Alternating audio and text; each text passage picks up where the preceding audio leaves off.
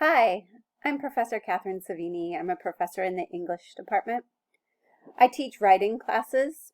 One of the things I've noticed about how writing is taught in middle school and high school and often in college is that it's used just as a mode of assessment, which means that you use writing in the classroom to show the teacher that you've learned something. And my concern is that this really saps the pleasure out of writing.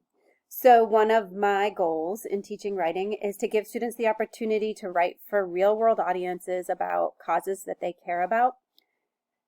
And I've seen that this works, that students produce really powerful and moving writing, and they actually sometimes make changes in their communities. For example, one group of Westfield students proposed a veterans lounge because they discovered that the veterans were sitting in their cars in between classes. They were uncomfortable because they were a little bit older and they had nowhere to gather.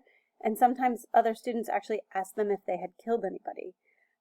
So they needed a space on campus, and as a result of this proposal, we now have a space in Bates Lounge. The Director of Veterans Affairs used this proposal to get a grant to create this space. Other students have proposed the Tell Me About Your Day Club, which is a club supporting students around mental health, and an LGBTQ living learning community in the dorms.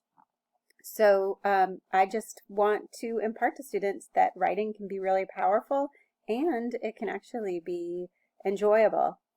I also direct the Reading and Writing Center on campus. You can make an appointment in the Reading and Writing Center online. This is the picture of the website.